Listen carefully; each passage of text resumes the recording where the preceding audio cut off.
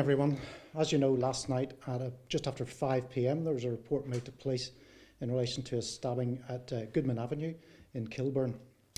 As a result of that call, police and paramedics attended the scene, and despite their best efforts, sadly a 61-year-old female has died at the scene of that incident. As a result of that, that has been declared a major crime and has been investigated by Major Crime Investigation Branch as a murder.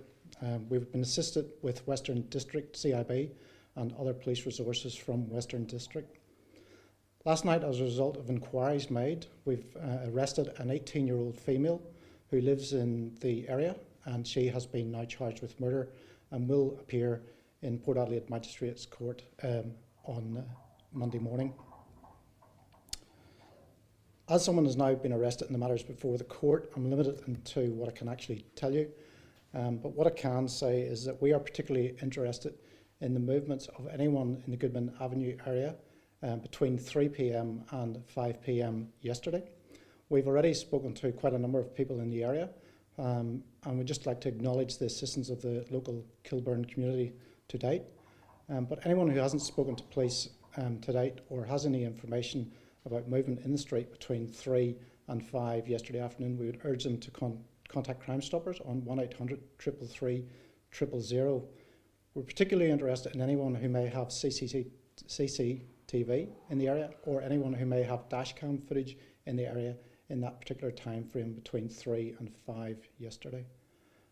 So I'll take some questions. When you say the 18-year-old was found a short distance away, are we talking streets or? So the person that's been arrested is a resident of the same suburb. Was she hiding at all, or was it quite easy to track her down? Inquiries led us to an address, and she was safely arrested at that address. What's the relationship between the victim and her alleged attacker? We don't believe this incident is random. It's really early in the investigation. We've got quite a lot of work to do, but we do believe that they may have been known to each other, but that's yet to be categorically confirmed, but we don't believe it's random at this stage. Can you shed any light on the sort of relationship they had, whether they were friends or? We believe that the accused person may have been at the address before. I just don't want to go into the reasons why that would have been at this stage. What do we know about the weapon that was used?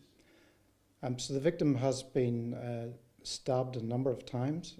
So at this stage, it's unclear what the weapon is, but we would suspect that it is a knife. And at the moment, we are in the area with the assistance of SES volunteers, and we're searching the area for a bladed weapon.